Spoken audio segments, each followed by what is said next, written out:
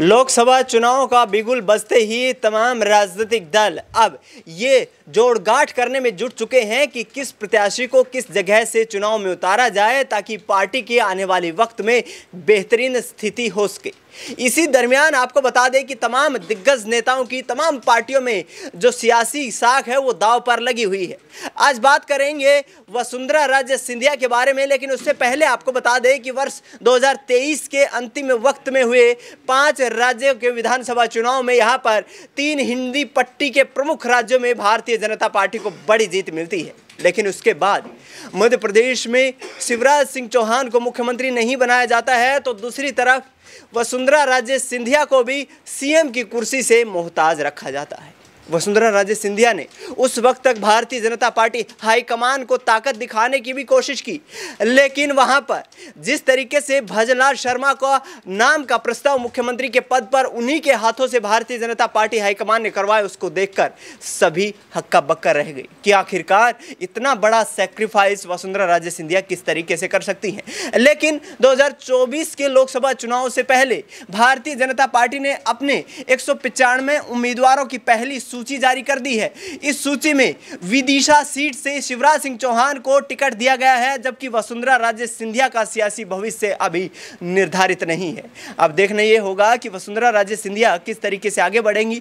News room में मेरी मौजूदगी है, तमाम सहयोगियों से जानने की कोशिश करेंगे कि आखिरकार अब आने वाले वक्त में वसुंधरा राजे सिंधिया का क्या स्टैंड रहने वाला है। अमन जी से पहला सवाल लेंगे। अमन जी, जो स्थिति अब 195 जो उम्मीदवारों की सूची जारी की है उसमें वसुंधरा राजे सिंधिया का नाम नहीं है, क्या ऐसे में कोई बड़ा झटका फिर से देने की तैयारी कर चुकी है भारतीय जनता पार्टी हाईकमान? देखिए, बिल्कुल जाहिर सी बात है और ये कहा जा रहा है कि हो सकता है सेकंड लिस्ट में उनका नाम आ जाए, लेकिन उससे पहले अगर हम समझें पूरी तरह से इस लिस्ट को तो नज़र आता है कि 15 की लिस्ट राजस्थान के लिहाज से आती है। उसमें उनके बेटे का नाम तो है दुष्यंत का, लेकिन राजे का नाम नहीं है। और अब कई लोग ये बात कहते हुए नजर आते हैं कि जिस तरह से उनकी उम्र बढ़ रही है तो हो सकता है कि उनको जो है मार्गदर्शन मंडली में बीजेपी डालती हुई नजर आ जाए। और अब तक जिस तरह की खबरें हैं कि उनका जो सांसदीय का टिकट है वो भी यहाँ पर कटता हुआ दिखाई पड़ जाए, तो ऐसे में क्या दोनों माँ बेटा में से किसी एक को टिकट मिलेगा? उस रणनीति पे बीजेपी काम कर रही है, क्योंकि ऐसा ही कुछ यूपी में भी देखने को मिल रहा है। जो मेनका गांधी है, वरुण गांधी है, उनमें से भी किसी एक को ही टिकट दिए जाने की संभावना है। लेकिन हाँ, ये ज़रूर कहा जाएगा कि जिस तरह से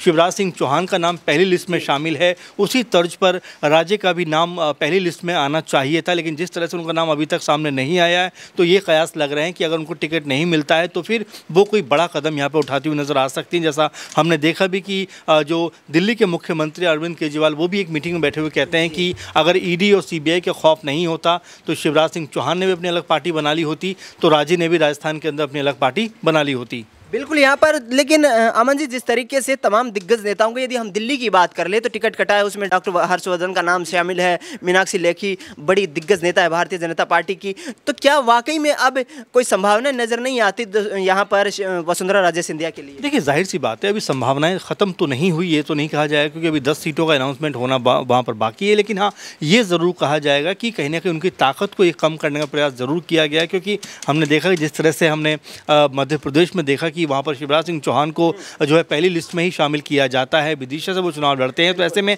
हर कोई ये मानकर चल रहा था कि शिवराज सिंह चौहान की तरह ही राजे को भी पहली लिस्ट में शामिल किया जाना चाहिए था। अगर बेटे का टिकट देना भी था तो बेटे को कम से कम सेकंड लिस्ट में देना चाहिए था। लेकिन अब इस लिस्ट के बाद ऐसा लगता है कि शायद राजे का नाम जो है वो आने वाली लिस्ट में भी शामिल ना हो। अगर ऐसा होता है तो राजे के लिए बहुत बड़ा झटका होगा, और साथ में जिस तरह से उन्होंने अभी तक चुप्पी साध रखी है वो मुझे लगता है कोई बड़ा कदम उठाती हुई नजर आ सकती हैं। बिल्कुल, यहाँ पर वसुंधरा राजे सिंधिया आगामी वक्त में कोई बड़ा कदम उठाती हुई नजर आ सकती हैं। दूसरी तरफ बात करें राजस्थान में भारतीय जनता पार्टी की सरकार को बनाने में वसुंधरा राजे सिंधिया का बड़ा हाथ रहा है। 60 से 70 विधायक उनके संपर्क में थे, लेकिन उन्होंने